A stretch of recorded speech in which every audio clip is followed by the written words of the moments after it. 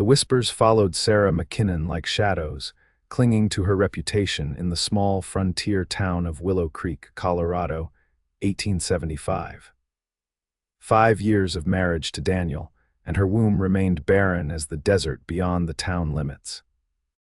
She walked with her head high despite the stares that pierced her back as she made her way to the general store, her wedding band feeling heavier with each passing day. "Poor Daniel," Mrs. Peterson muttered to Mrs. Wilkins as Sarah approached the counter. "A man needs sons to carry on his name." Sarah's fingers tightened around her basket. She had heard it all before, the prayers offered for her condition, the remedies suggested by well-meaning women who had children spilling from their skirts. The pity in their eyes cut deeper than their words. "I'll take 2 pounds of sugar and some coffee beans, please," Sarah said, pretending not to notice the exchange. Mr. Thompson, the shopkeeper, nodded solemnly. "Your husband was in earlier, said he'd be heading to Denver for a spell." Sarah forced a smile.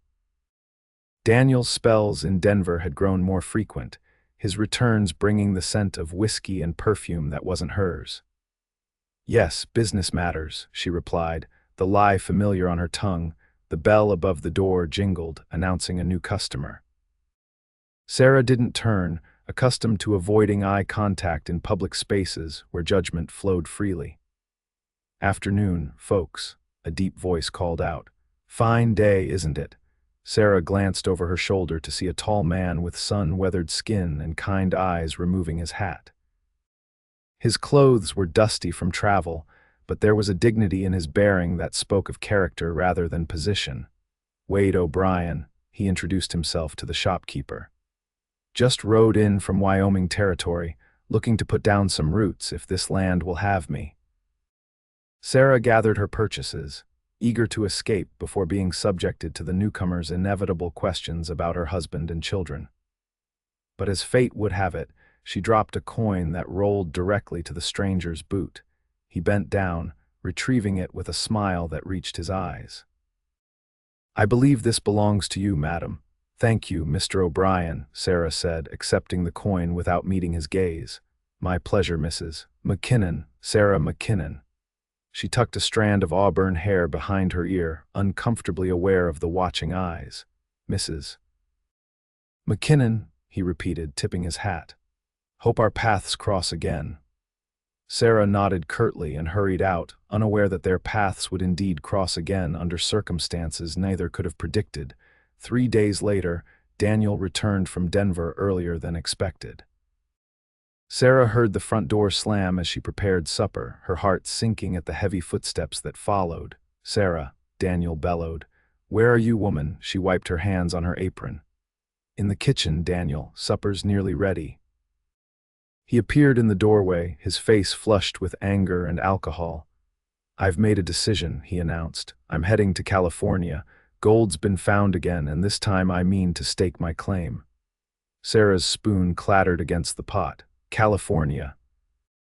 "But our home, the store," sold the store to Thompson, he interrupted. "As for this place," he gestured dismissively, "it's not much, but it'll fetch something. Already spoke to Judge Harmon about it." "You sold our business without consulting me." Sarah's voice trembled, Daniel's eyes narrowed. "What's the point of building anything here? 5 years and not a single child to show for it. A man needs sons, Sarah. You've denied me that." The words struck her like physical blows. "I've tried, Daniel. You know I've tried. Not hard enough," he spat. "I'm leaving on Monday's stage." "You can come with me or stay here with your failure. Makes no difference to me anymore." He stormed out, leaving Sarah standing in the kitchen, surrounded by the life she thought they were building together. That night she cried herself to sleep while Daniel snored beside her, the distance between them greater than any geographic separation could be. Monday dawned bright and clear, mocking Sarah's inner turmoil. She had packed a small valise, still uncertain whether to accompany her husband west. As she stood in the bedroom they had shared, her gaze fell upon her mother's Bible on the nightstand. Opening it, she found the familiar passage that had comforted her through many dark nights. "For I know the plans I have for you, plans to prosper you and not to harm you, plans to give you hope and a future." A future. What future did she have with a man who blamed her for something beyond her control? The decision crystallized in her mind. She would not go to California. Whatever uncertainty awaited her in Willow Creek, it could not be worse than the certainty of Daniel's continuing resentment. When Daniel left that afternoon, he did so alone, taking most of their savings and leaving Sarah with the deed to a house that was to be sold and a promise to send for her once he struck it rich, a promise they both knew was empty. The following weeks were the hardest. Word spread quickly that Daniel had abandoned Sarah, confirming what many had suspected all along, that her barrenness had driven him away. Invitations to social gatherings ceased. Conversations halted when she entered rooms. Even the church pews around her emptied as if her condition were contagious. Sarah took to walking along the creek at sunset, finding solace in the rushing water and the colors painting the sky. It was during one such walk that she encountered Wade O'Brien again, fishing from the bank, his hat pushed back on his head. "Mrs. McKinnon," he greeted her with that same warm smile. "Lovely evening for a stroll." Sarah nodded, hesitant to engage but craving human interaction that wasn't tinged with pity or judgment. "You've settled in then, Mr. O'Brien, starting to, bought the old carpenter place just north of town. Needs work, but it's good land." He reeled in his line, which was empty of bait and catch alike. "Truth is, I wasn't really fishing, just needed an excuse to sit by the water and think." Despite herself, Sarah smiled. "I understand the sentiment." Wade patted the ground beside him. "Care to join me? I've got coffee in this here pot." Sarah hesitated, aware of how it would look a married woman alone with a single man. But then she was already ostracized. What more could they say about her? She sat, accepting the tin cup he offered. "Thank you." "Heard about your husband leaving," Wade said after a moment. "People in small towns talk too much and listen too little." Sarah stared into her cup. "They say I drove him away, that my inability to bear children made him seek fortune elsewhere. Seems to me a man who abandons his wife for such a reason isn't worth having in the first place," Wade remarked, his voice matter of fact rather than pitying. Sarah looked at him in surprise, unused to such directness. Wade continued, "My sister couldn't have children either. Her husband stood by her through it all. They found other ways to build their family. Other ways. They took in orphans, 3 of them, finest family I've ever known." He smiled at the memory. "Children need love more than bloodlines." The concept rattled around in Sarah's mind like a pebble in a jar. She had been so focused on her failure to conceive that she hadn't considered alternatives. Their conversations became a regular occurrence: sunset walks by the creek, Wade sharing stories of his travels, Sarah gradually opening up about her life before the shadow of barrenness fell across it. He never pressed for details about her marriage, and she appreciated his respect for her privacy. One evening in late autumn, Wade arrived at their meeting spot with news. "There's a situation in town, thought you might want to know." Sarah braced herself, assuming it involved gossip about her. "Stage brought in a woman yesterday. She was traveling with her sister's children, 3 of them. Sister and brother-in-law died of fever in Missouri." Wade's expression grew solemn. "Poor woman passed away this morning. Consumption, doc says. The children are at the church now. Reverend Wilson's trying to find homes for them." Sarah's heart constricted. 3 orphans. "Ages 7, 5, and 2, Wade confirmed. "Townsfolk are talking about splitting them up. Easier to place them that way, they say." Without thinking, Sarah reached for Wade's hand. "That can't happen. They've lost everything already." Wade's fingers closed around hers, warm and steady. "My thoughts exactly." The next morning, Sarah found herself at the church door, nerves fluttering in her stomach. She had spent the night considering what she was about to do, knowing it could forever change her life and possibly her standing in a community that had already judged her harshly. Reverend Wilson looked surprised to see her. "Mrs. McKinnon, good morning." "Good morning, Reverend. I've come about the children." He led her into the church hall where 3 small figures huddled together on a bench. The oldest, a boy with solemn eyes, had his arms protectively around his sisters, a girl with golden braids and a toddler sucking her thumb. "This is James, Emma, and little Lily," the Reverend introduced them. "Children, this is Mrs. McKinnon." Sarah knelt before them, her heart melting at their frightened expressions. "Hello," she said softly. "I'm very sorry about your aunt." James regarded her warily. "Are you going to take us to an orphanage?" "No," Sarah replied firmly. "I've come to ask if you might consider staying with me." "All three of you together." Emma's eyes widened. "Together, of course together. Families should stay together." Reverend Wilson cleared his throat. "Mrs. McKinnon, while your offer is generous, I must point out that you're a woman alone. The committee was considering more. Traditional placements. The committee," Sarah said, standing to face him, "would separate siblings who have already lost everyone they love. I won't allow that." "It's not a matter of allowing, it is if I have anything to say about it," came a voice from the doorway. Wade stood there, hat in hand, his tall frame filling the entrance. "Morning, Reverend, Mrs. McKinnon." Sarah felt a surge of gratitude at his arrival. "Mr. O'Brien." Wade approached, nodding respectfully to the children before addressing the Reverend. "I understand there might be concerns about Mrs. McKinnon taking in these children alone. That's why I'm here to offer my support." Reverend Wilson frowned. "Support, financial and otherwise," Wade clarified. "My ranch is doing well enough. Between us, these children will want for nothing." The Reverend's eyebrows rose in surprise. "You two are collaborating in this endeavor?" "We're friends," Sarah explained, though the word felt insufficient for the bond that had grown between them. "We both believe these children deserve to stay together," Wade added, "and Mrs. McKinnon has a loving home to offer them." Little Lily toddled over to Sarah, raising her arms in the universal gesture of up. Sarah lifted her, breathing in the sweet scent of her hair, feeling a rightness she couldn't explain. James watched the interaction carefully. "You really want all of us?" "All of you," Sarah confirmed, her voice thick with emotion.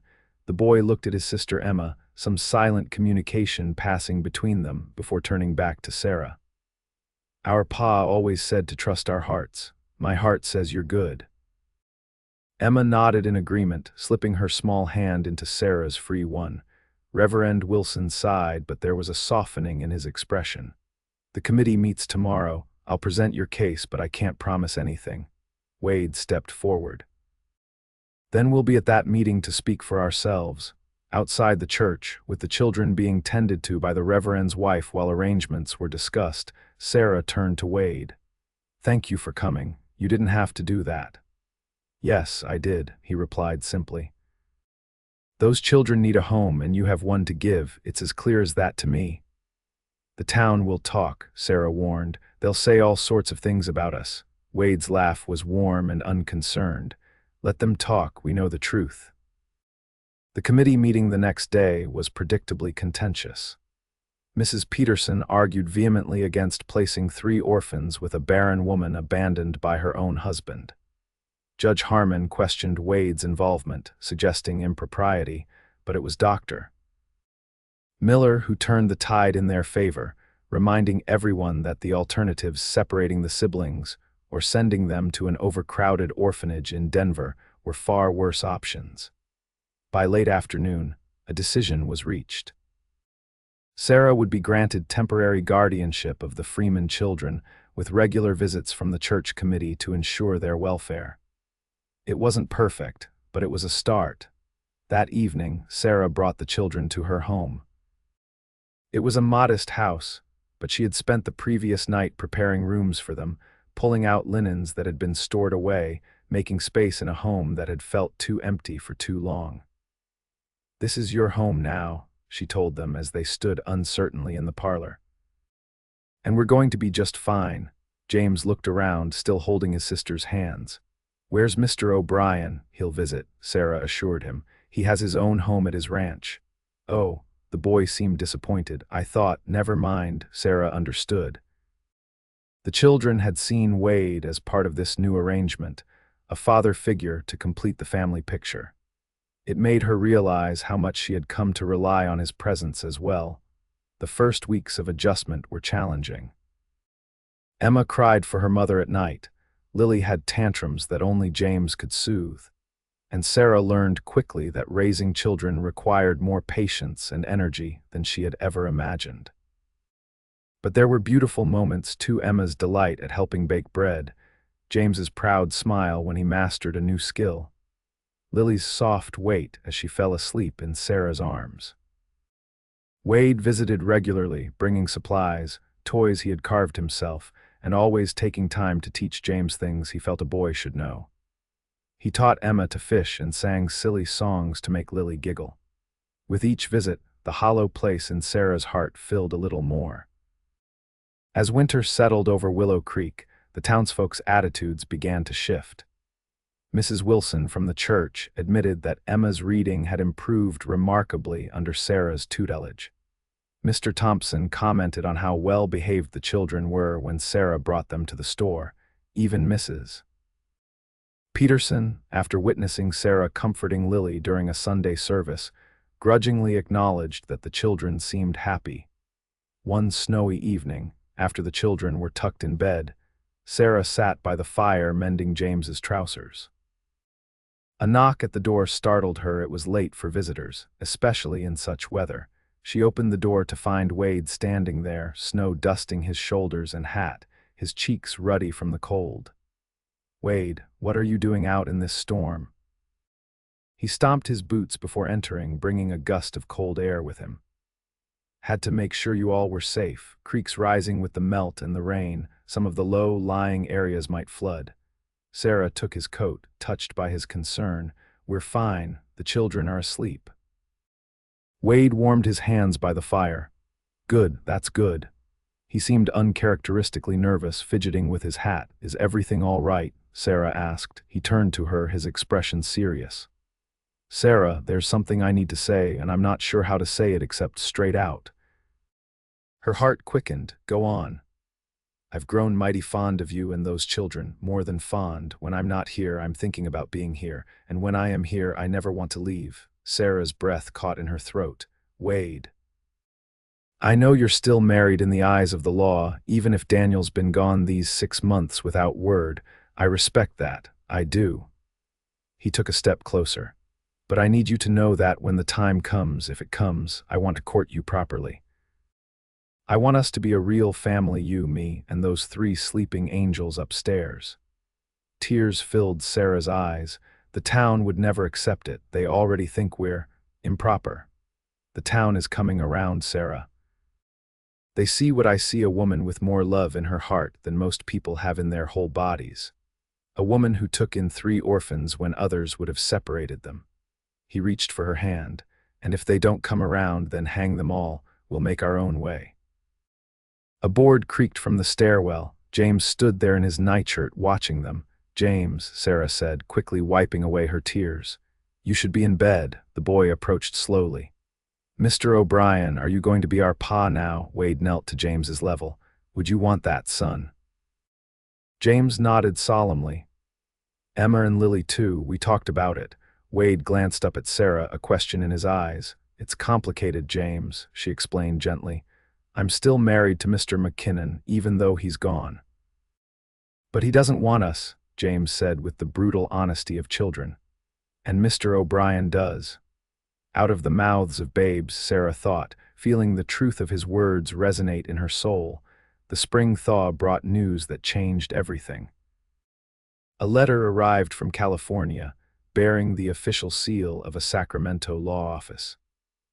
Sarah opened it with trembling hands, reading the formal language that informed her of Daniel McKinnon's death in a mining accident 3 months prior. She sat at her kitchen table, the letter spread before her, feeling a complex mixture of emotions: grief for the man she had once loved, relief that the uncertainty was over, guilt for that relief. The children were at school, the house quiet around her. She had never told them much about Daniel, unsure how to explain a husband who had abandoned her for gold and glory. The front door opened, and Wade entered with his usual gentle knock. "Sarah, Thompson at the store said a letter came for you today." She looked up, her eyes red-rimmed but dry. Daniel is dead, has been since January. Wade removed his hat, his expression solemn. I'm sorry, Sarah, are you? She asked, not unkindly. He sat across from her, taking her hands in his. I'm sorry for your loss. I'm sorry you're hurting. I'm not sorry that you're free. His honesty was one of the things she loved most about him. Loved. The word no longer frightened her as it once had. The children will need to know, she said. Wade nodded.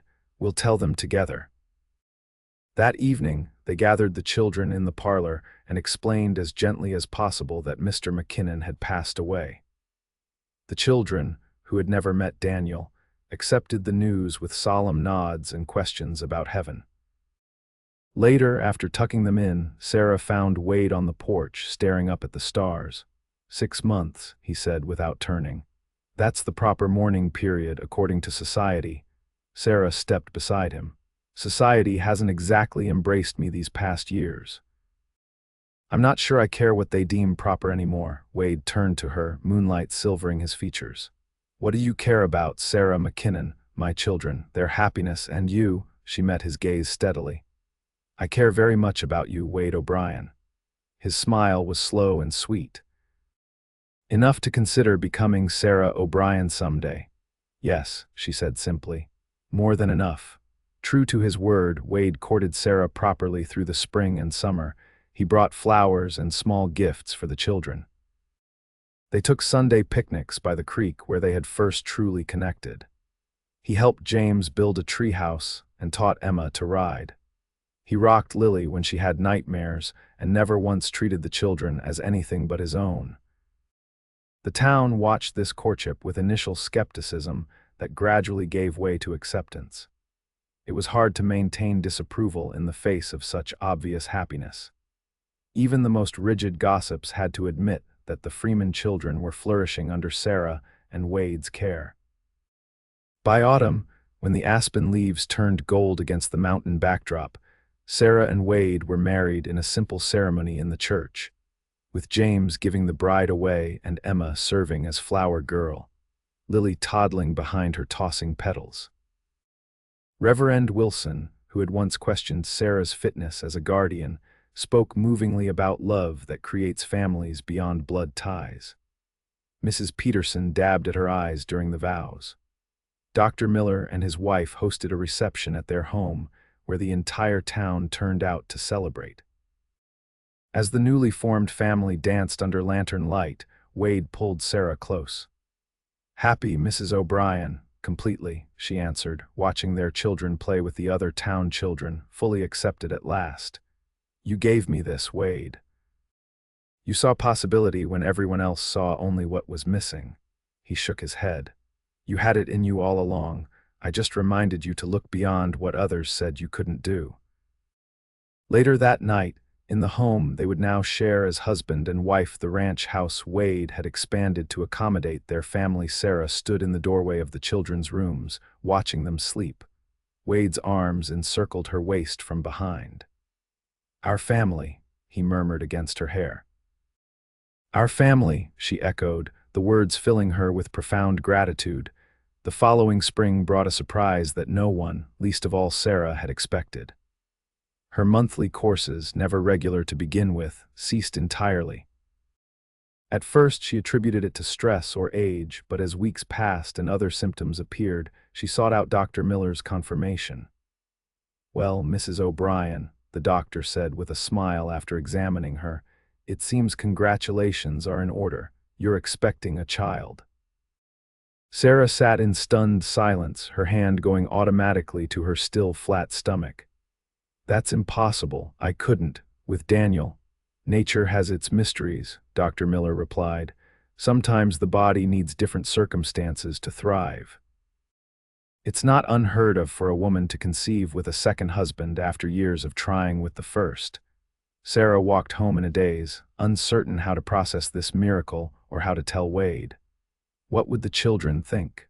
Would they feel replaced by this new baby? Wade found her sitting in the garden, lost in thought. Sarah, everything all right? You've been gone a while. She looked up at her husband, this man who had promised to raise lost children with her when everyone else had turned away. I'm with child, she said, the words still foreign on her tongue. Wade froze, his expression cycling through shock, disbelief, and finally, pure joy. He knelt before her, taking her hands. A baby, our baby, Sarah nodded, tears spilling over. Dr. Miller confirmed it, I never thought. After all those years. Oh, my love, Wade gathered her into his arms. God has blessed us beyond measure. That evening, they told the children together. Sarah watched their faces anxiously, fearing jealousy or resentment. James, now 8, considered the news thoughtfully. Will the baby be your real child? He asked Wade. Wade looked him directly in the eye. James, you and your sisters became my real children the day I promised to help care for you. This baby won't change that. You're all my children, equally loved. Emma bounced excitedly on the sofa. I hope it's a girl so I can have another sister. Lily, too young to fully comprehend, simply patted Sarah's stomach and declared, baby. As Sarah's belly grew through the summer and fall, so did the town's embrace of the O'Brien family. The miracle pregnancy became a source of community joy rather than whispered gossip. Women who had once shunned Sarah now brought baby clothes and advice. Men clapped Wade on the back in congratulations. When winter arrived, bringing with it a healthy baby boy they named Joseph, the house overflowed with visitors bearing gifts and good wishes. Sarah, cradling her newborn with James, Emma, and Lily crowded around, looked up to find Wade watching them from the doorway, his expression one of complete contentment. What are you thinking? She asked him that night as they stood over Joseph's cradle, the older children asleep in their rooms. I'm thinking about the day I first saw you in Thompson's store, he answered. You looked so alone, even in a room full of people. I never could have imagined this our family, our home, this life we've built. Sarah leaned against him, drawing strength from his solid presence. When Daniel left, I thought my life was over. I thought bearing children was the only thing that gave a woman value in this world. And now, she smiled up at him. Now I know that family isn't just about bearing children. It's about loving them, whether they come from your body or from your heart.